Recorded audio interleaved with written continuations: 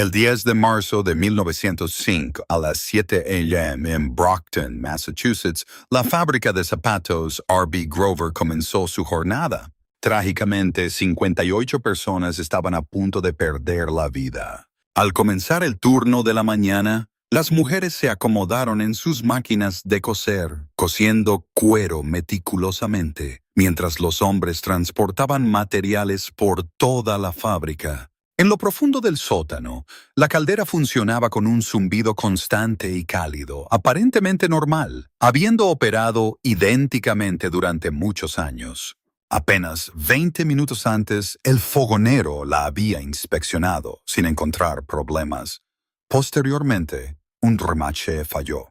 En lugar de simplemente gotear, la caldera explotó violentamente. Una masa de hierro de 15 toneladas atravesó el techo del sótano, luego el primer piso y continuó por el segundo.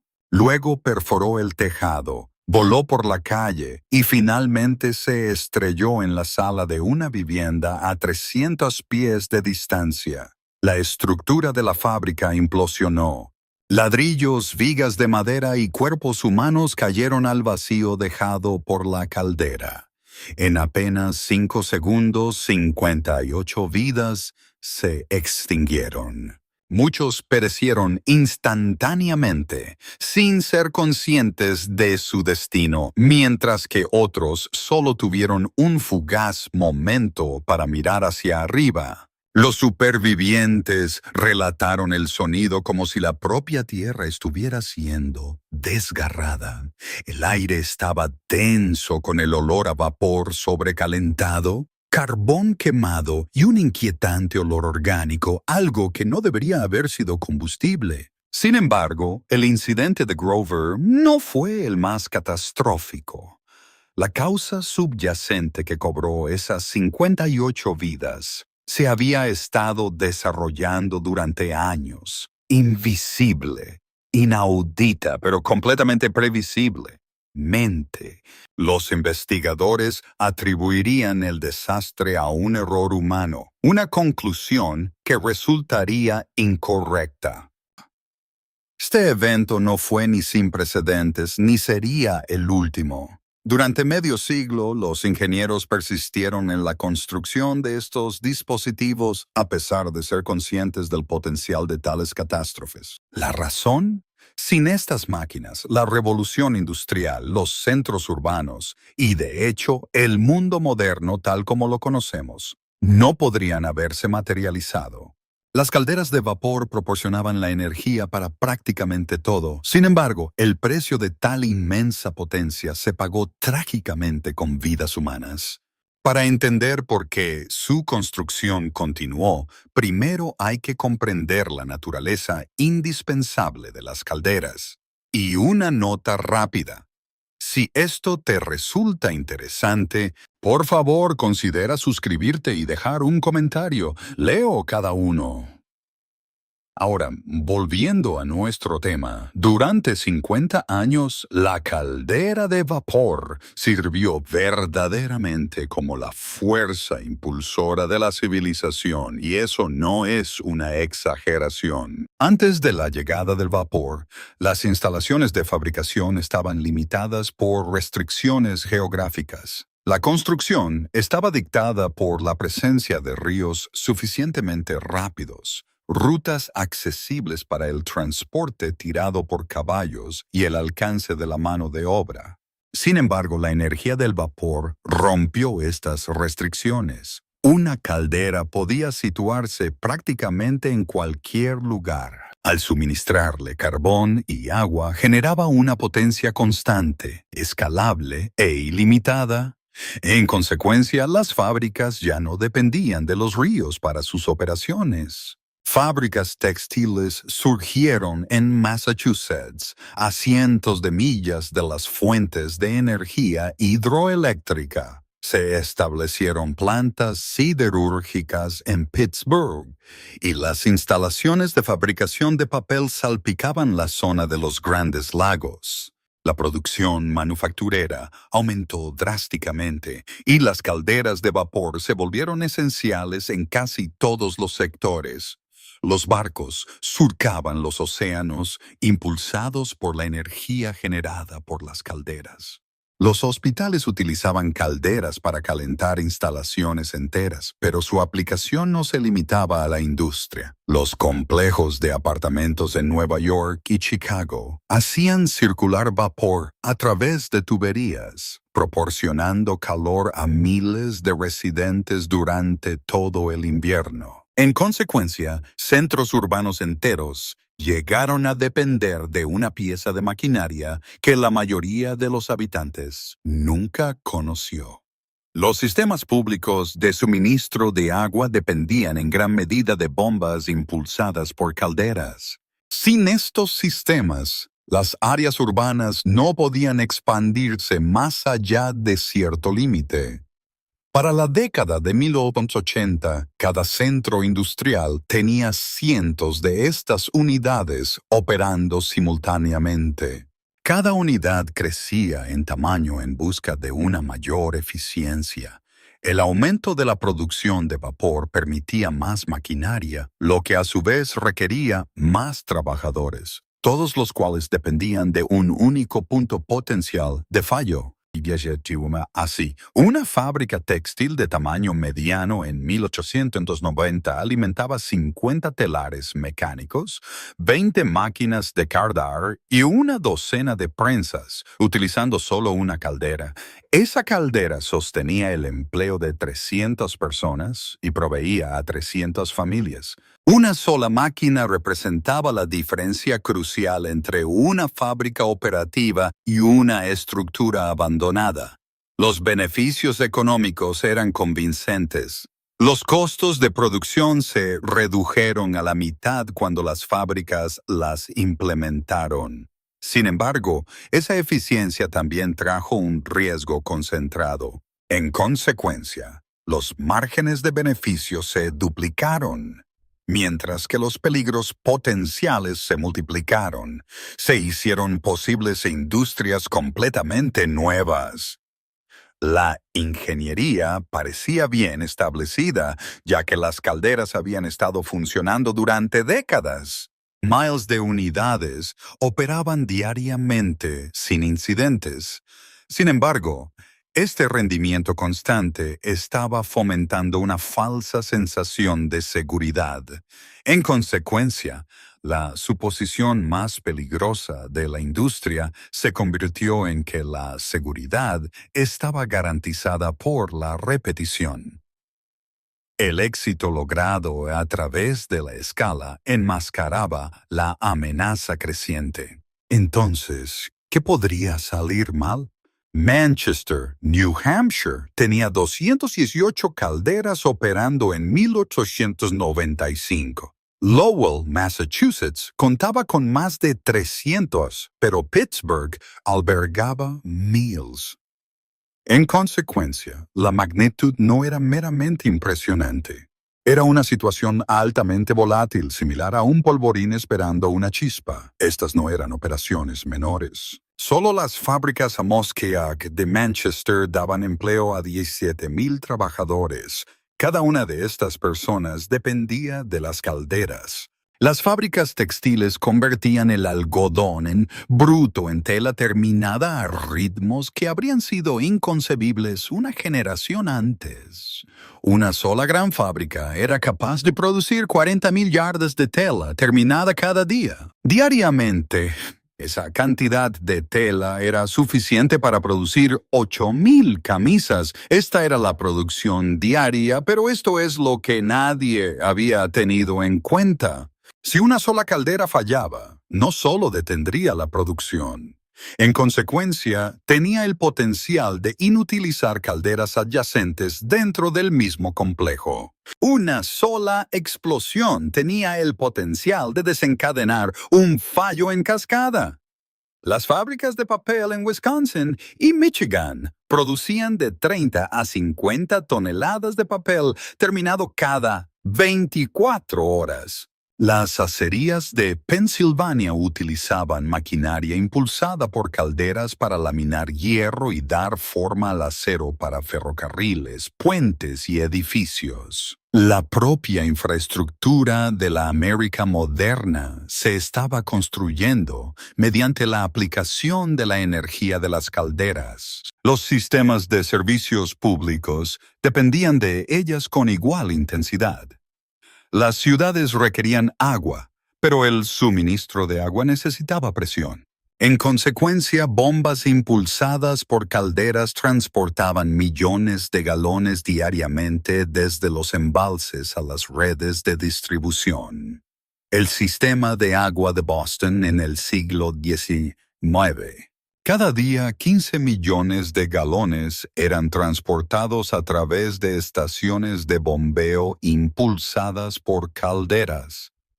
En Chicago y Nueva York, los sistemas de calefacción centralizada dependían de instalaciones centrales de calderas para proporcionar calor a manzanas enteras de la ciudad. Cientos de estructuras, incluyendo edificios de apartamentos, oficinas y hoteles, recibían vapor a través de tuberías subterráneas. Una sola instalación de calderas tenía la capacidad de calentar 20 edificios. Sin embargo, si fallara en enero, innumerables personas se enfrentarían a temperaturas gélidas. En consecuencia, estas máquinas trascendieron la mera maquinaria industrial. Funcionaban como soporte vital esencial para los centros urbanos. Sus repercusiones económicas fueron inmensas. Las fábricas que adoptaban la energía de vapor podían aumentar su producción entre 3 y 5 veces, reduciendo simultáneamente los gastos de mano de obra en un 40%. Sin embargo, esto implicaba una mayor inversión de capital en una sola pieza de equipo. De ahí que el imperativo financiero para mantener su funcionamiento fuera inmenso.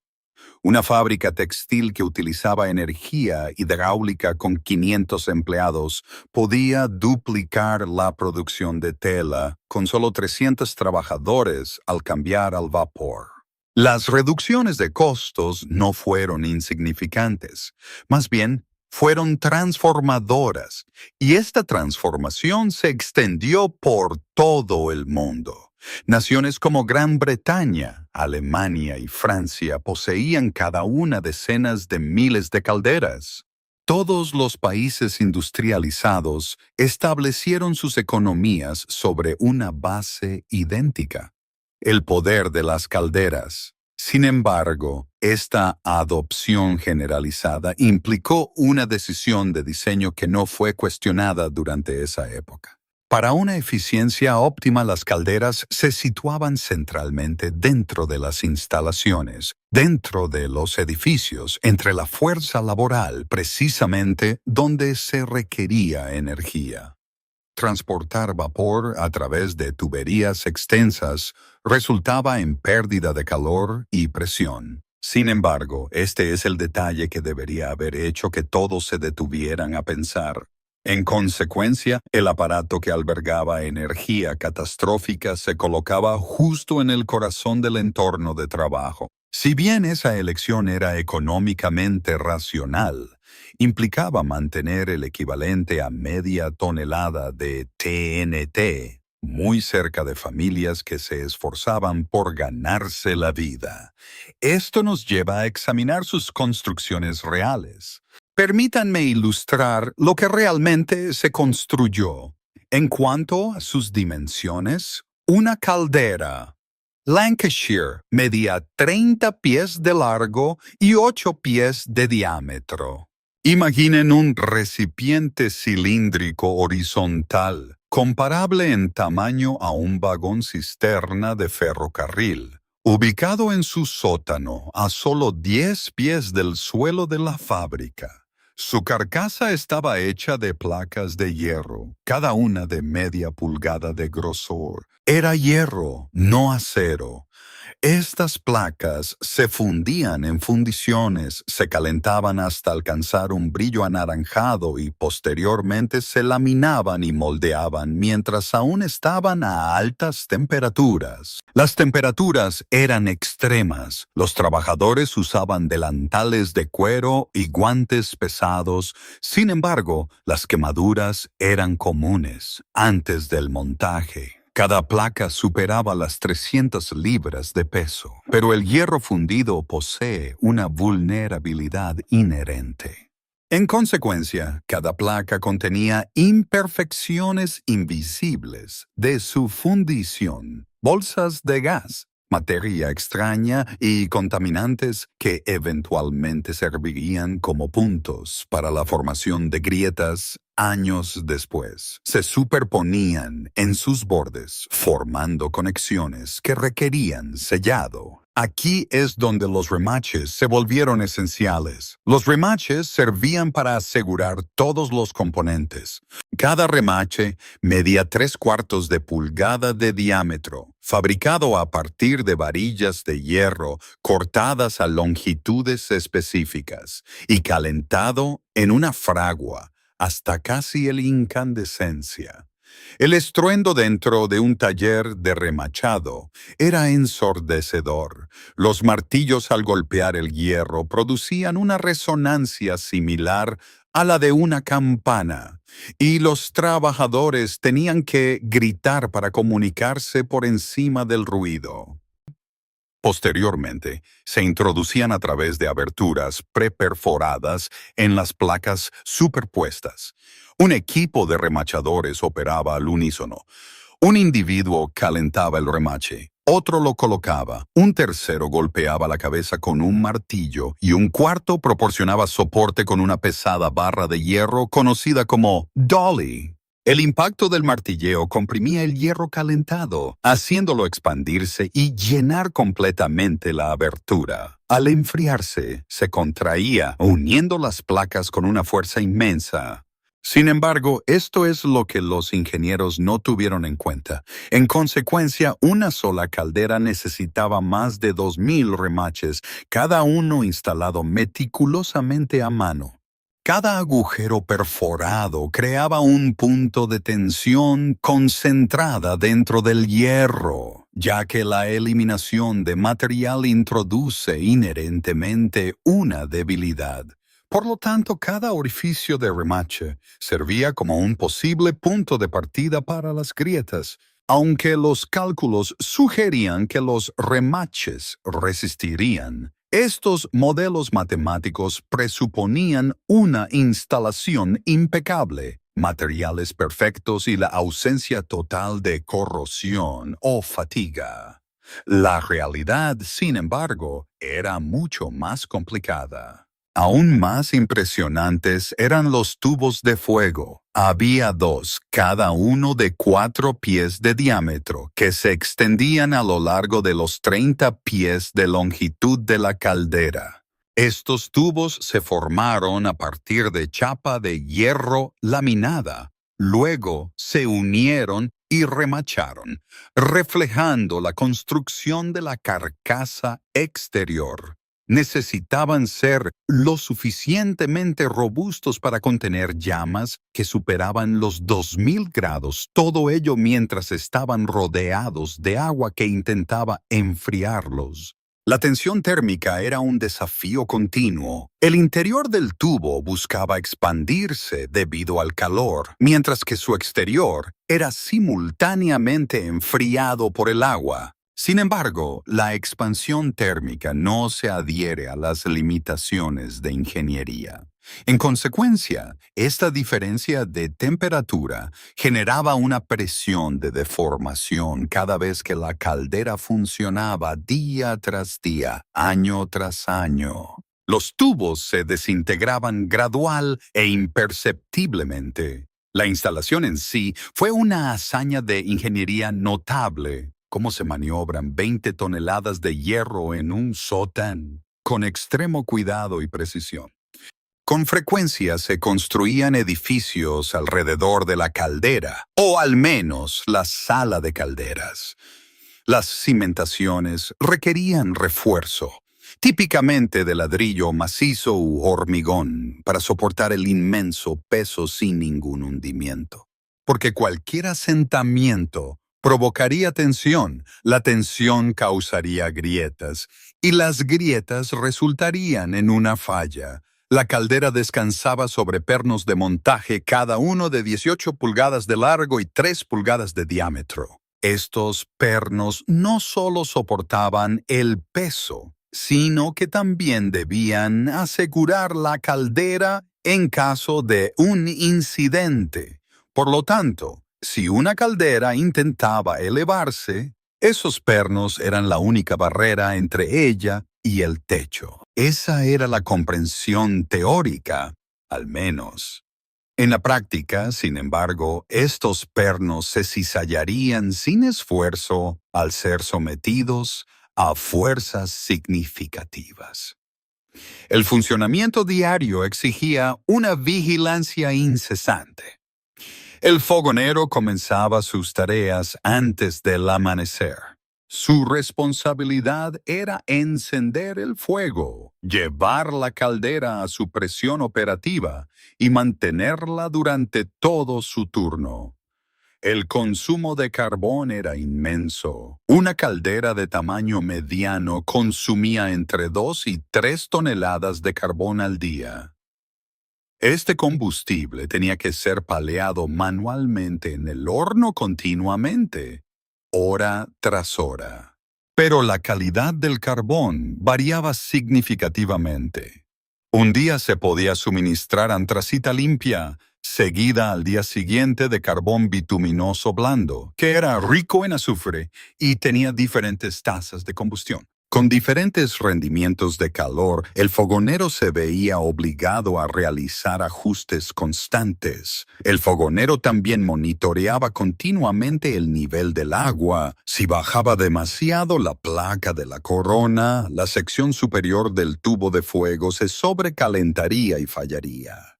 Por el contrario, si el nivel del agua era demasiado alto, la eficiencia se vería comprometida. La presión también requería una observación cuidadosa. El vapor debía liberarse si se acumulaba excesivamente. Este rol exigía tanto experiencia como una atención inquebrantable. Sin embargo, la vigilancia puede flaquear y la atención puede desviarse. En consecuencia, un solo error tenía el potencial de ser fatal para todos dentro del edificio, y tales errores estaban destinados a ocurrir.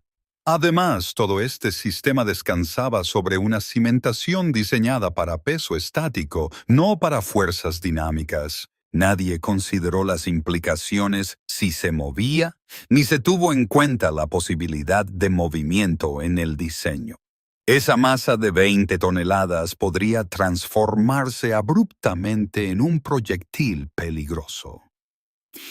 Sin embargo, el peso estático no era el único problema que la cimentación necesitaba manejar. La vibración persistente era un factor constante. El flujo de vapor generaba resonancia y los ciclos de expansión y contracción térmica hacían que todo el aparato se moviera sutilmente. Sin embargo, estos pequeños movimientos se acumulan durante períodos prolongados. En consecuencia, a lo largo de muchos años, las juntas de mortero dentro de la cimentación de ladrillo desarrollarían grietas y los pernos de montaje se aflojarían gradualmente. La maquinaria se estaba preparando gradual e imperceptiblemente para liberarse. Sin embargo, nadie estaba inspeccionando esta falla inminente.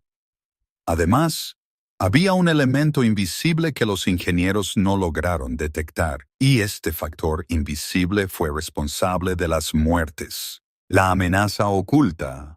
Una caldera de vapor no parece peligrosa. Ese es el problema.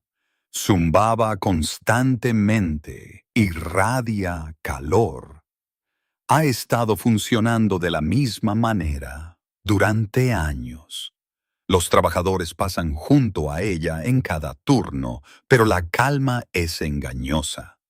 Por lo tanto, La familiaridad generó una falsa sensación de seguridad. Ese cilindro almacena energía en dos formas simultáneamente, presión y calor, y se amplifican mutuamente. El agua a presión atmosférica hierve a 212 grados Fahrenheit. A física básica, pero a 150 psi, el agua no hierve hasta que alcanza los 366 grados. A 200 psi permanece líquida. Por encima de los 400 grados, se mantiene el agua sobrecalentada, en estado líquido solo por la presión del recipiente. Libere esa presión repentinamente y el agua no hierve suavemente. Se convierte instantáneamente en vapor. Un galón se convierte en 16 galones en una fracción de segundo. No es un cambio de fase, es una explosión. Por lo tanto, la energía almacenada en una sola caldera a presión de funcionamiento equivale aproximadamente a media tonelada de TNT. Esa energía permanece allí esperando cada segundo que la máquina funciona. Pero la energía almacenada era solo la mitad de la ecuación. La verdadera amenaza era el recipiente que la contenía, placas de hierro bajo estrés constante. Cada mañana, cuando el fogonero encendía el carbón, el metal se expandía al calentarse. Expansión térmica. El hierro se expande aproximadamente 7 milésimas de pulgada por pie de longitud por cada 100 grados de aumento de temperatura. Una caldera de 30 pies que se expande de 70 a 400 grados crecería casi 3/4 de pulgada de longitud. Eso no parece mucho, pero cuando se trata de miles de libras de hierro forzado a expandirse contra pernos de montaje y cimientos de ladrillo, el estrés es enorme. Cada noche, cuando el fuego se apagaba, se contraía al enfriarse. Ciclos térmicos. El hierro se movía día tras día, semana tras semana, año tras año, pero el metal no olvida.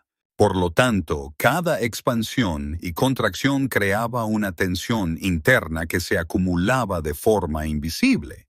Esa tensión se concentraba en las discontinuidades, en los orificios de los remaches, en los solapamientos de las juntas, en cualquier punto donde el material no fuera uniforme. Se formaron grietas microscópicas en lo profundo del hierro.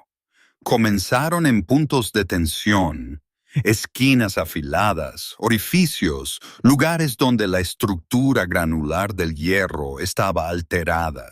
Estas grietas se propagaron lentamente a través del material, creciendo incrementalmente con cada ciclo térmico.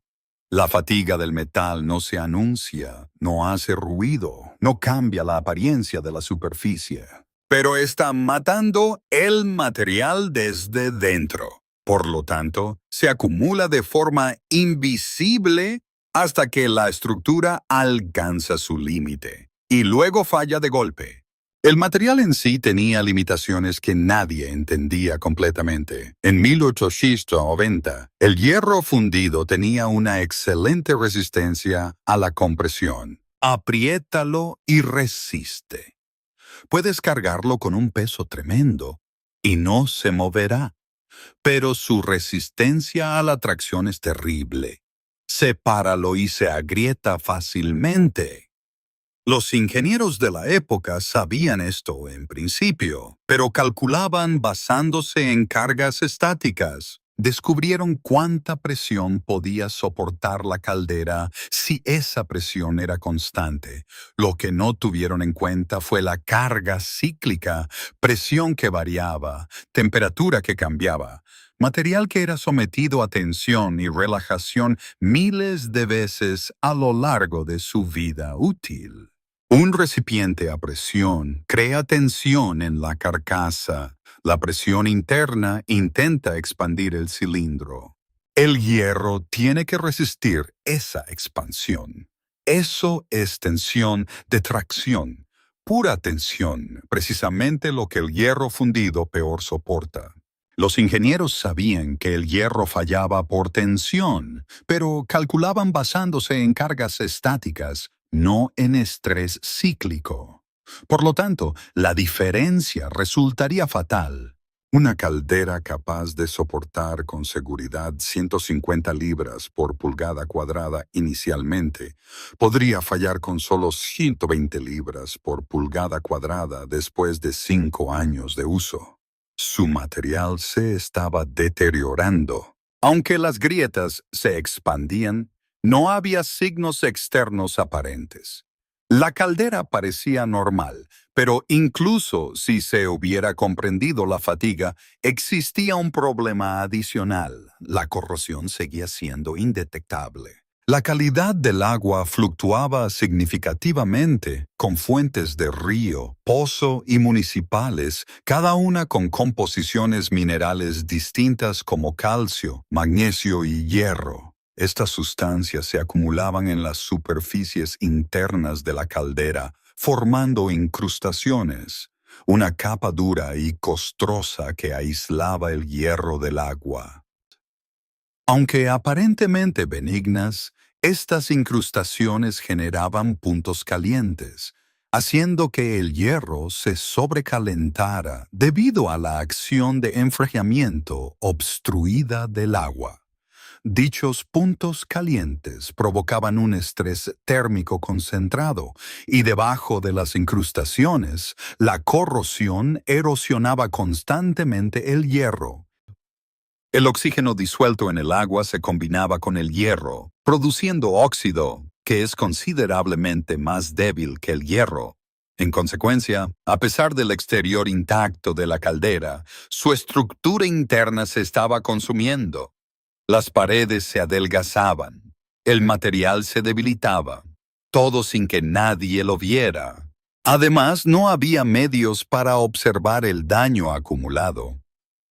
Sensores, imágenes de ultrasonido e inspección por rayos X eran tecnologías inexistentes. Las técnicas de inspección eran rudimentarias. Un inspector de calderas de 1890 dependía únicamente de un martillo y su vista, golpeando la carcasa y escuchando en busca de pistas. Una resonancia hueca podría sugerir acumulación de incrustaciones o corrosión, pero este no era un enfoque científico. Por lo tanto, se trataba de una mera conjetura disfrazada de examen exhaustivo. Los inspectores buscaban grietas externas, pero estas fisuras se originaban internamente. Para cuando se hacían visibles en la superficie, la integridad de la caldera ya estaba gravemente comprometida. Un indicador de nivel de agua mostraba el nivel del agua y un manómetro indicaba la presión. Estos dos dispositivos ofrecían la única visión de las condiciones dentro de 10 toneladas de hierro presurizado. Los operadores trabajaban sin visibilidad completa, confiando en la suposición de que todos los componentes internos estaban en buen estado. Las válvulas de seguridad, mecanismos activados por resorte, estaban en su lugar, destinadas a liberar la presión si ésta se volvía excesiva. Esto parece reconfortante hasta que se examina su aplicación práctica. Habitualmente eran de tamaño insuficiente para reducir los gastos durante la instalación. Una válvula de seguridad de tamaño adecuado, capaz de liberar toda la producción de vapor de una caldera sustancial, era costosa y requería un espacio considerable. Sin embargo, las válvulas más pequeñas eran más económicas, lo que llevó a la instalación de salvaguardias insuficientes para reducir costos. Inicialmente, se corroían y se atascaban debido a la exposición continua al vapor y la acumulación de minerales. El calcio disuelto en el agua incrustaba el asiento de la válvula y el resorte perdía fuerza por el calor. Además, los operadores a menudo las aseguraban cerradas o las bloqueaban por completo. La razón: liberar vapor equivalía a malgastar combustible. El combustible era caro y su desperdicio conducía a una producción reducida. Una producción disminuida requería justificar las caídas de producción y las pérdidas de beneficios a la gerencia. En consecuencia, el único mecanismo destinado a evitar una avería catastrófica se desactivaba para ahorrar costos diarios mínimos. Estas máquinas permanecían aparentemente tranquilas, pero albergando un inmenso poder destructivo. Diariamente, los trabajadores pasaban junto a ellas, escuchando el silbido constante, sintiendo el calor sin percibir ninguna amenaza. El peligro era invisible porque se había vuelto algo común, simplemente otro elemento de la fábrica, similar a las paredes o el suelo. Los ingenieros tenían cierta conciencia de estos problemas, comprendiendo la presión y los materiales hasta cierto punto. Sin embargo, los imperativos económicos eran primordiales. Para la década de 1890, miles de estas máquinas impulsaban la industria global. Fábricas en toda América, Gran Bretaña y Europa dependían en gran medida de ellas. Ciudades enteras se desarrollaron alrededor de industrias impulsadas por calderas. Detener las operaciones no era factible. Sin embargo, había una evaluación crítica que nadie deseaba enfrentar. En consecuencia, darlas de baja implicaba un cese de la civilización misma. Con innumerables empleos, vastas inversiones de capital y una extensa infraestructura ya establecida, la retirada era imposible.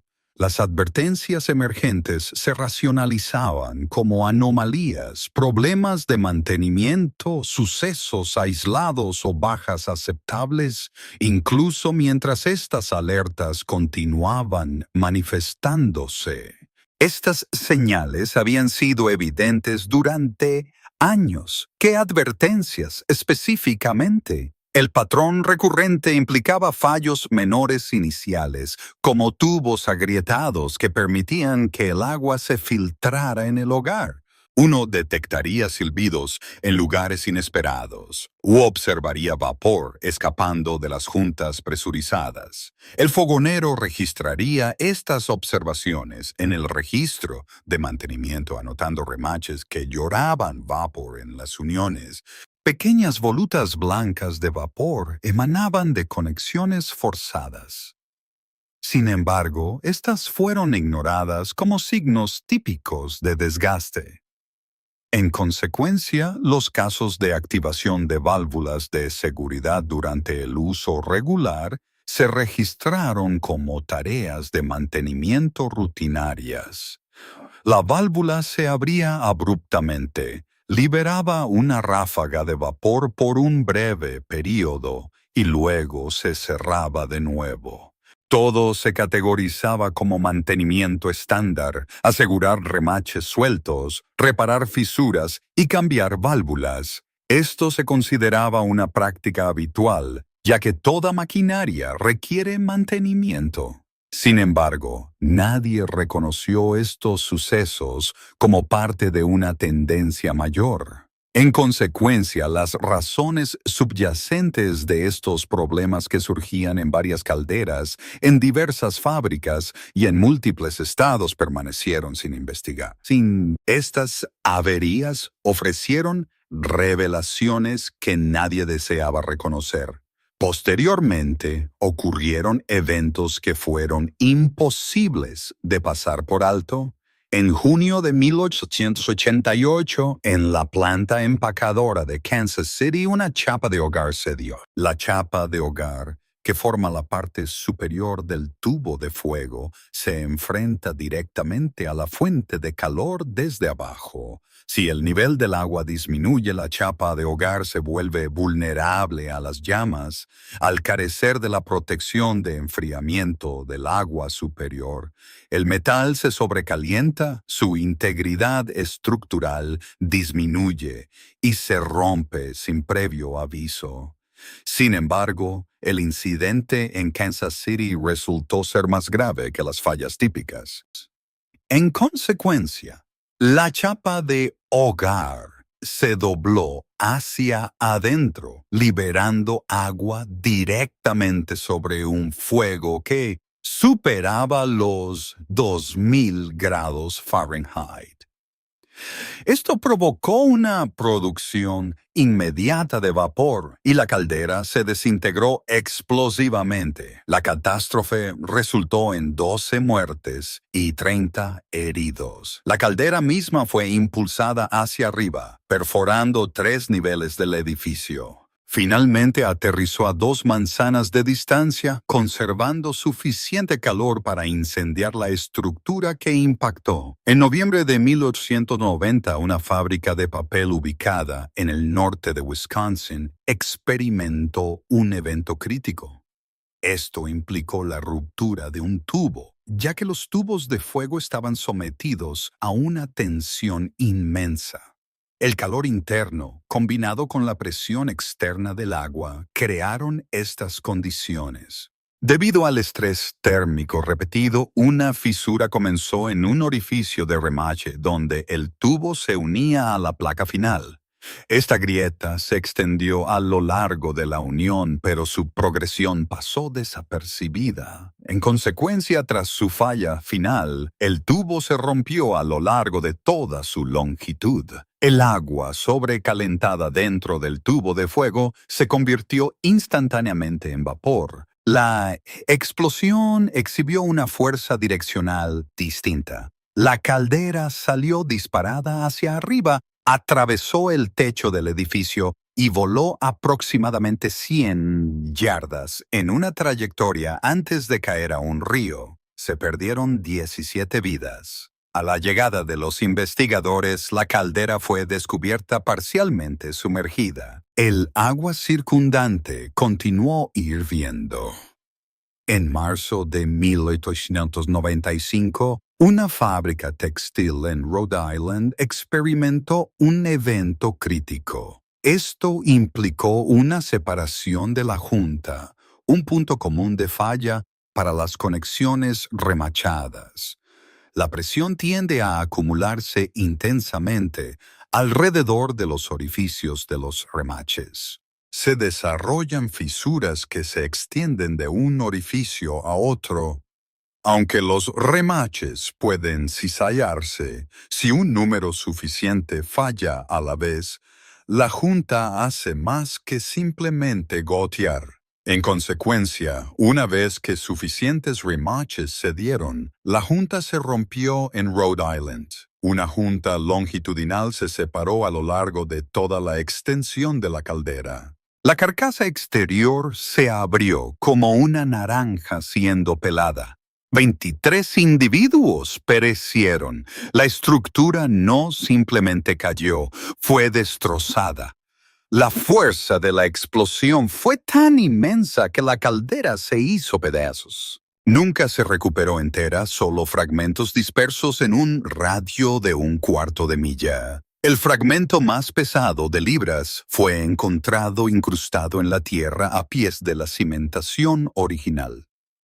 Estos incidentes destacaron 3 modos distintos de falla: colapso de la chapa de hogar, ruptura de tubos y separación de juntas.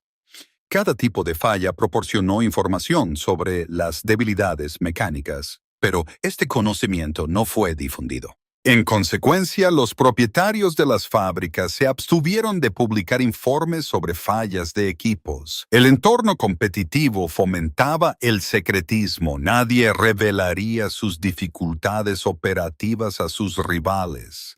Aunque las compañías de seguros monitoreaban las averías y evaluaban los riesgos, mantenían esta información en privado.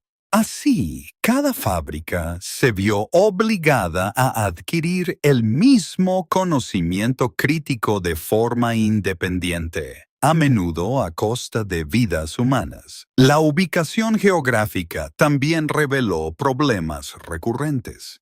Por ejemplo, las fábricas en las regiones del norte enfrentaban desafíos únicos. El invierno traía ciclos de congelación y descongelación, donde el agua que quedaba en las tuberías durante la noche podía solidificarse. La expansión del hielo tenía el potencial de fracturar las conexiones de las tuberías. El deshielo primaveral requería revisiones exhaustivas, pero tales inspecciones implicaban costos significativos de tiempo y dinero. Como resultado, a menudo se tomaban atajos. Las fábricas en las regiones del sur lidiaban con composiciones de agua distintas. Los ríos del sur contenían niveles variables de minerales, lo que llevaba a una corrosión más severa y una acumulación acelerada de incrustaciones. En consecuencia, las calderas en Georgia experimentaron fallas más rápidamente que unidades comparables en Massachusetts. Las fábricas costeras se encontraron con salinidad. El agua salada, incluso en cantidades minúsculas, resultó más perjudicial que el agua dulce, acelerando significativamente la corrosión. Aunque esta tendencia era clara para los proveedores de seguros, los propietarios de las fábricas se ocultaban información entre sí. Así, el panorama competitivo exigía confidencialidad. Esta cultura de secretismo provocó muertes. A medida que el siglo llegaba a su fin, los datos actuariales revelaron relaciones distintas entre la edad de una caldera y su probabilidad de falla, entre la presión operativa y la gravedad de las averías, y entre la pureza del agua y la velocidad de la corrosión. Aunque todos estos factores eran estadísticamente previsibles, las meras estadísticas resultaron insuficientes para evitar explosiones. Además, las plantas de fabricación continuaron construyendo nuevas calderas y manteniendo las antiguas, ya que cesar las operaciones implicaría pérdidas financieras. Además, ciertas fallas resultaron más catastróficas que otras. Considere las consecuencias cuando una caldera funcionaba mal bajo carga máxima, especialmente porque la mayoría de las explosiones ocurrían típicamente durante la activación o la desactivación. Estrés inducido por fluctuaciones térmicas durante los cambios de temperatura. Sin embargo, en raras ocasiones, una caldera se rompía mientras estaba a su presión operativa máxima, entregando su capacidad total de vapor y conteniendo su máxima energía almacenada. En consecuencia, la devastación se intensificó drásticamente. ¿Qué ocurre cuando algo finalmente cede? La fuerza destructiva. La detonación de una caldera se desarrolla más rápido de lo que los sentidos humanos pueden registrar, tardando menos de 5 segundos desde el mal funcionamiento inicial hasta la quietud total. Se origina en un único punto débil. Un remache se suelta, una junta se separa, una tubería se fractura, creando una abertura no más grande que una uña. Sin embargo, el agua a 100 y 400 grados Fahrenheit encuentra esa brecha. En consecuencia, la presión cae instantáneamente. El agua no solo hierve, se convierte explosivamente en vapor, expandiéndose 16 veces. La física subyacente es sencilla. La transformación del agua en vapor, acompañada de expansión, libera energía. Esta energía debe encontrar una vía de escape.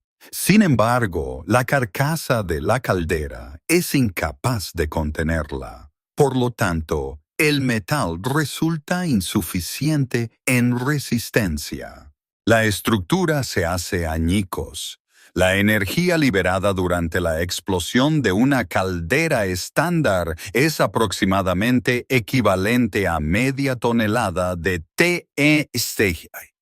Sin embargo, su mecanismo de liberación difiere. El TNT explota, generando una onda expansiva que viaja más rápido que el sonido. Sin embargo, las calderas no detonan, en cambio deflagran. Su explosión es subsónica, pero sigue siendo absolutamente devastadora. Porque, a diferencia de una bomba, diseñada para una fragmentación uniforme, una caldera se rompe a lo largo de sus vulnerabilidades inherentes, líneas de remaches, costuras y cualquier área donde se haya acumulado tensión. En consecuencia, el resultado es errático, desordenado y letal. Las placas de metal se arrancan precisamente donde los remaches están alineados. Los remaches mismos se transforman en proyectiles. Cada remache individual pesa solo unas pocas onzas. Sin embargo, al fallar una costura, estos remaches alcanzan una aceleración rápida. Como resultado, los investigadores determinaron que sus velocidades superaban las 100 millas por hora. Un remache de 3 onzas, viajando a tal velocidad, posee suficiente energía cinética para perforar 3 pulgadas de profundidad en mampostería sólida. Se encontraron remaches incrustados en vigas de madera, desenterrados del suelo y recuperados de restos humanos. El físico humano es incapaz de detener un remache que viaja a tal velocidad inmensa. Crea perforaciones precisas y limpias. El hueso no ofrece resistencia. Los órganos internos se desgarran. La presión arterial cae instantáneamente. Algunas víctimas fueron encontradas de pie, fallecidas antes de colapsar, con un remache habiendo atravesado completamente su sección media. Las placas de metal representan una amenaza aún mayor. Un segmento de la carcasa de una caldera podría pesar 400 libras, compuesto de hierro de media pulgada de espesor, midiendo 3 por 4 pies. Sin embargo, una vez que se suelta, cae dando vueltas. En consecuencia, a medida que gira por la atmósfera, sus bordes afilados se transforman en cuchillas mortales. Un relato de una explosión en Massachusetts detalló una placa descubierta incrustada de canto en la tierra, similar a una daga arrojada. Había perforado una partición de madera, atravesado 20 pies de espacio abierto y luego se había alojado firmemente en el suelo. Su incrustación era tan firme que se necesitaron 4 personas equipadas con palancas para su extracción. La placa había penetrado el suelo a una profundidad de 2 pies. Otra placa cercenó las cabezas de 2 hombres en un solo movimiento rápido. Un corte perfectamente limpio. El borde, afilado por el proceso de cizallamiento, funcionó eficazmente como instrumento de corte. Sin embargo, la onda expansiva resulta más peligrosa que la metralla. La descarga abrupta de presión genera una diferencia de presión significativa. Dentro de la cámara de la caldera, la presión aumenta y luego disminuye rápidamente, pero la onda se expande externamente a la velocidad del sonido. En consecuencia, impacta paredes, individuos y todos los objetos a su paso. La intensa sobrepresión pulveriza todo en un radio de 50 pies. El vidrio no solo se fractura, se vaporiza instantáneamente, transformándose en polvo fino que se dispersa hacia afuera como una violenta tormenta de arena. La mampostería no solo se desmorona, detona en innumerables fragmentos, cada pieza convirtiéndose en un misil secundario. Las vigas de madera no solo se rompen, se hacen añicos en miles de astillas. El organismo humano, sin embargo, reacciona de manera idéntica. Como resultado, los huesos no se fracturan limpiamente, en cambio, se desintegran. Los fémures se rompen con la fragilidad de ramitas quebradizas. Las costillas se hunden hacia adentro, perforando ambos pulmones y el corazón. Los tejidos blandos se desgarran debido a la variación extrema de presión. Los pulmones colapsan, incluso si la respiración no está ocurriendo en el instante preciso del impacto. Los tímpanos se rompen, los vasos sanguíneos oculares estallan, dejando a los supervivientes ciegos. Los órganos internos sangran profusamente por la onda de choque. El hígado, de forma aislada, se desgarra. El vaso se rompe incluso sin impacto directo de escombros. La propia onda de presión posee fuerza letal, lo que provoca muertes por hemorragias internas horas después del evento. Los individuos pueden caminar ajenos a su inminente fallecimiento. Un proyectil de artillería militar está diseñado específicamente para fragmentarse, meticulosamente diseñado para romperse en componentes previsibles y establecer un radio letal. Sin embargo, una explosión de caldera es mucho más grave. En consecuencia, es incontrolada y errática. Dentro de los confines de una estructura no existe una distancia segura. Esto no ocurre cuando las paredes contienen y reflejan la explosión, ni cuando el techo canaliza la fuerza hacia abajo. La estructura misma se convierte en un componente del arma. Posteriormente, vapor sobrecalentado inunda cada espacio disponible. Invisible a 400 grados o más, este vapor se comporta de manera diferente al producido por una tetera. Permanece invisible hasta que comienza a condensarse, pero para entonces ya habrá sido afectado. En consecuencia, no solo quema, en cambio hierve instantáneamente la piel expuesta. La ropa no ofrece defensa. El algodón se enciende, mientras que la lana se encoge y se contrae. El cuero se endurece y se agrieta. Sin embargo, el daño más grave es interno. Inhalarlo hace que tus pulmones hiervan instantáneamente desde dentro, ya que la humedad en tus vías respiratorias se convierte en vapor. Los tejidos se hinchan instantáneamente, obstruyendo las vías respiratorias. No puedes respirar. No puedes gritar. No hay nada que hacer más que ahogarse en tus propios fluidos corporales. Los supervivientes, los pocos que lo soportaron, describieron la sensación como ahogarse y quemarse simultáneamente. Tu garganta se cierra rápidamente y tus pulmones se llenan de líquido. En segundos, quemaduras de tercer grado envuelven sus cuerpos enteros. La humedad dentro de sus pulmones se transformó en vapor, haciendo que los tejidos se hincharan y las vías respiratorias se cerraran. Algunas víctimas perecieron instantáneamente por el shock. Otras sucumbieron a la asfixia minutos después. Días después, algunas murieron por sus quemaduras o infecciones posteriores consecuencia de haber perdido toda su piel. Algunos individuos sobrevivieron, pero quedaron irrevocablemente alterados. Sus rostros estaban desfigurados y sus manos se fusionaron pareciendo garras. Sus voces fueron silenciadas, sus vidas destrozadas.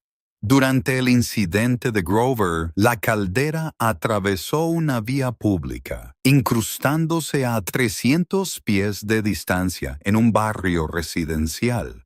De las 58 víctimas mortales, 14 individuos no eran empleados de la fábrica, ni siquiera habían entrado en las instalaciones. Simplemente estaban en las inmediaciones, atrapados en el lugar equivocado en el momento equivocado.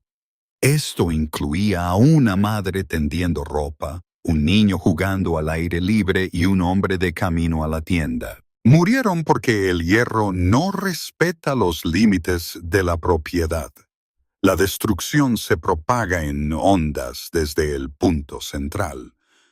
En consecuencia, las estructuras vecinas pierden sus paredes comunes y se derrumban hacia adentro. La pérdida se extiende más allá del edificio que albergaba la caldera. Las estructuras adyacentes también son destruidas. Los incendios surgen del carbón disperso, las líneas de gas fracturadas y el hogar de la caldera, que esparce combustible vivo por los escombros. El hedor es insoportable.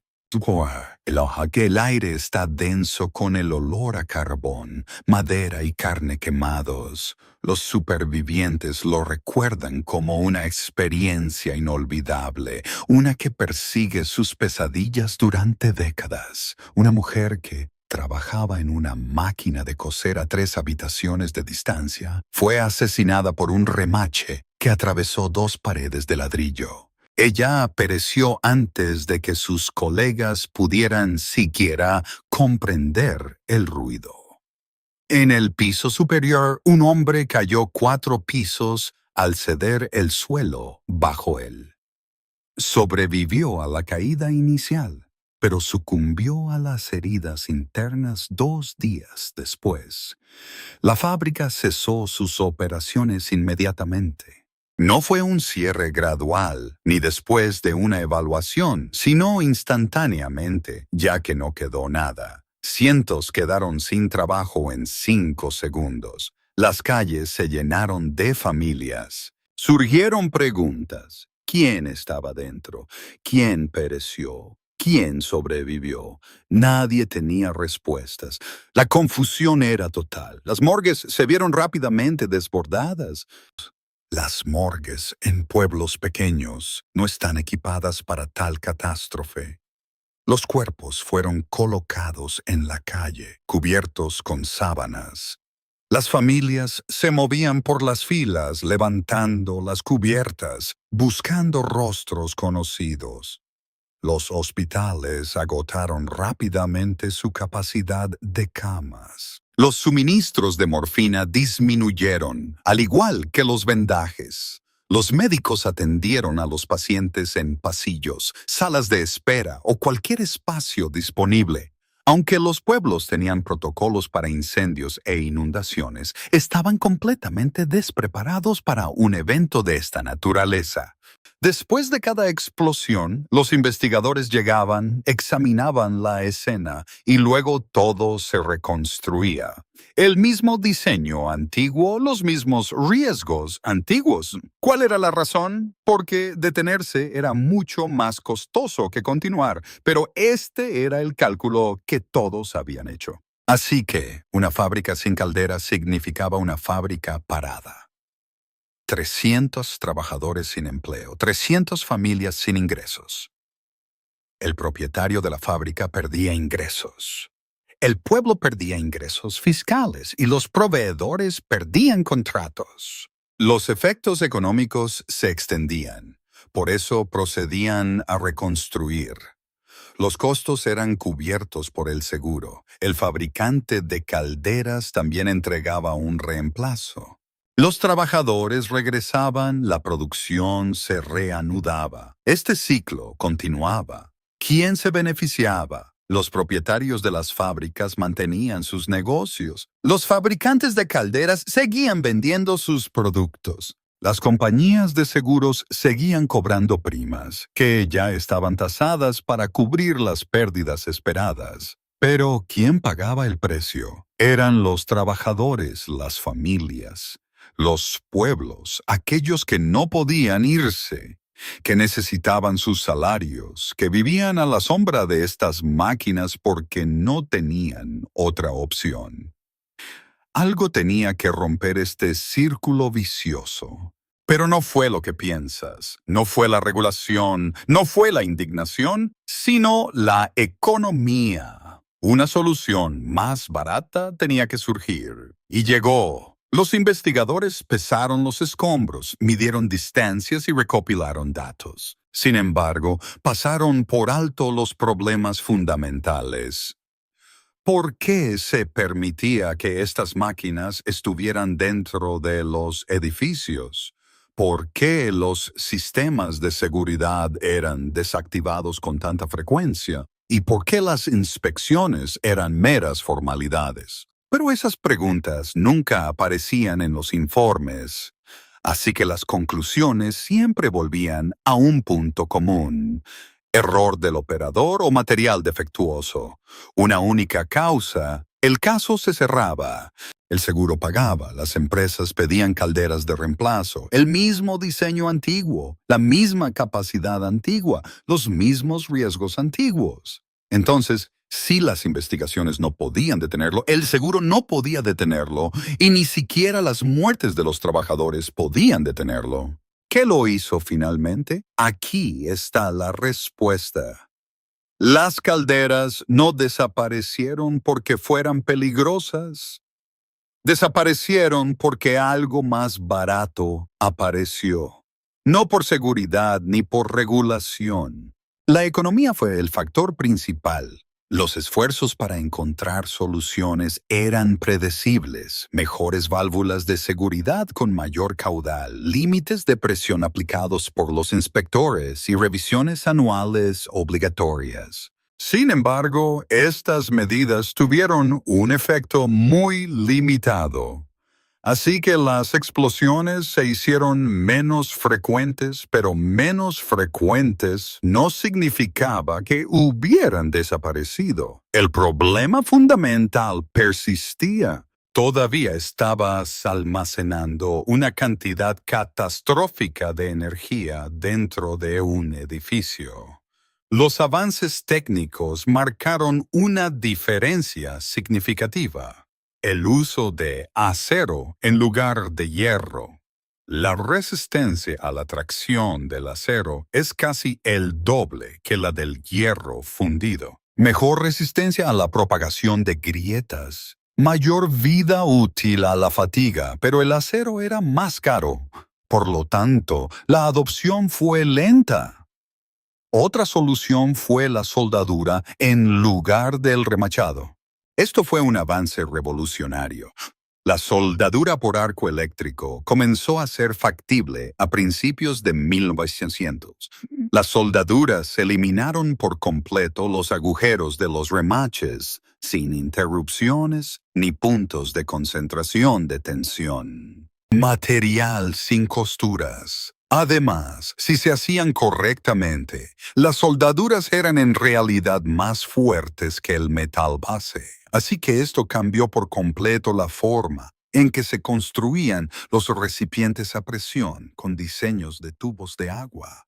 En lugar de los diseños de tubos de fuego, esto lo cambió todo. En lugar de grandes tubos que contenían fuego, ahora eran pequeños tubos que contenían agua. Menos agua significaba menos energía almacenada. Sin embargo, una caldera de tubos de agua podía contener solo una décima parte del agua de una caldera de tubos de fuego de capacidad equivalente. Por lo tanto, si había un fallo, la explosión sería proporcionalmente menor. Pero estas mejoras eran muy costosas. Una caldera de acero costaba el doble que una de hierro. El equipo de soldadura no era común. Los soldadores tenían que ser capacitados y certificados. Además, las calderas de tubos de agua eran más complejas de operar, por lo que requerían más mantenimiento. Y reemplazar una caldera en funcionamiento significaba tiempo de inactividad. Semanas de producción perdidas mientras se desmantelaba el equipo viejo y se instalaba el nuevo. Era un gran gasto de capital sin un retorno inmediato. El volumen de producción no aumentó, solo mejoró la seguridad del proceso. Esta fue una propuesta difícil hasta que nuevas opciones como las redes eléctricas estuvieron disponibles. Esta innovación fue verdaderamente transformadora. Las centrales eléctricas centralizadas generaban electricidad, que luego se distribuía a través de cableado de cobre.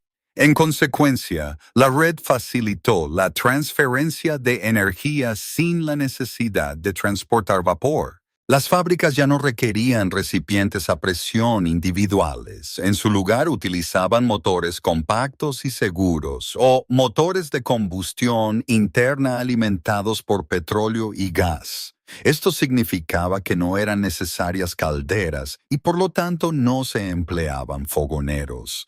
El almacenamiento de carbón se volvió obsoleto. La falla de un motor eléctrico simplemente significaba su reemplazo sin ningún riesgo de explosión.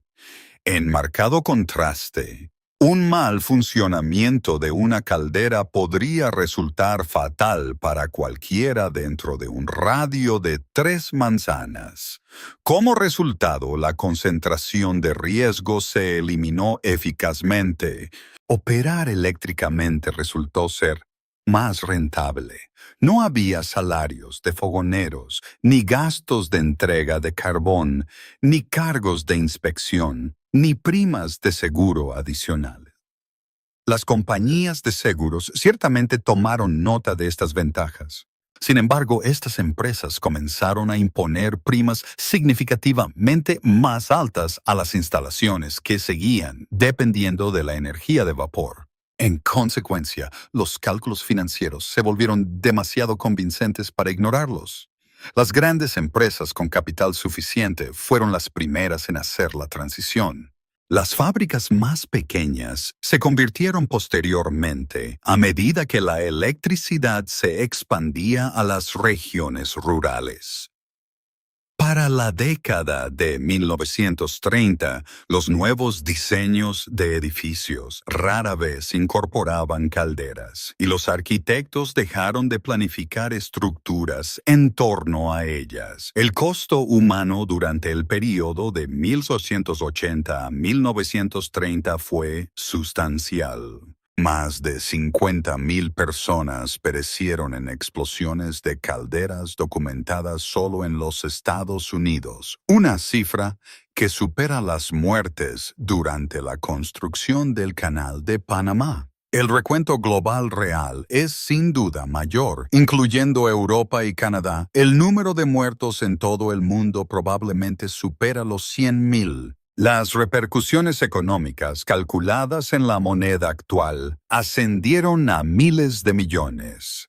Si bien la mayoría de la evidencia física ha desaparecido, desguazada, fundida o borrada, intencionalmente de la devastación surgió un legado duradero: el código ASME de calderas y recipientes a presión. Instituido en 1914, representó el primer estándar de seguridad integral. Exigía requisitos de materiales específicos, cálculos de diseño que incorporaban factores de seguridad obligatorios y programas de inspección regulares. Sin embargo, el cambio profundo fue filosófico. El principio se convirtió en: si puede fallar, diseña para acomodar esa falla. Los recipientes a presión contemporáneos no son más seguros porque sean inmunes a fallar. En cambio, su seguridad mejorada proviene de nuestra suposición de que fallarán y de nuestra planificación posterior. Las medidas de contención se volvieron obligatorias. Las válvulas de alivio se dimensionaron para la producción máxima y se implementaron múltiples sistemas de monitoreo. Es probable que tengas recipientes a presión en tu propia casa en este mismo momento. Considera tu calentador de agua o sistema cashback. Confías en ellos, y con razón, ya que los sistemas contemporáneos integran cada lección aprendida. Sin embargo, la física fundamental involucrada no ha cambiado. En consecuencia, el agua sigue expandiéndose por un factor de 16. La distinción crucial radica en nuestro respeto adquirido por las sustancias que contenemos. Cada válvula de alivio se remonta a una explosión pasada y cada regulación está, en esencia, inscrita en sangre. Los recuerdos disminuyen con el tiempo y las regulaciones a menudo pueden parecer mera burocracia. Cada generación sucesiva se ve obligada a redescubrir la razón detrás de estas reglas. La verdadera comprensión no es que el avance en sí mismo sea peligroso. De hecho, el progreso es lo que construyó la civilización. Más bien, la lección crítica es que descuidar las razones para establecer salvaguardias plantea un peligro significativo. En consecuencia, el almacenamiento de energía nunca está exento de costo, y los sistemas de contención nunca son completamente impecables. Esta verdad nos fue dolorosamente revelada una vez. 50.000 vidas fueron el precio pagado por esa lección invaluable. No debemos permitirnos olvidarla, porque el olvido conduce inevitablemente a volver a aprender. Y el costo de esa educación nunca disminuye.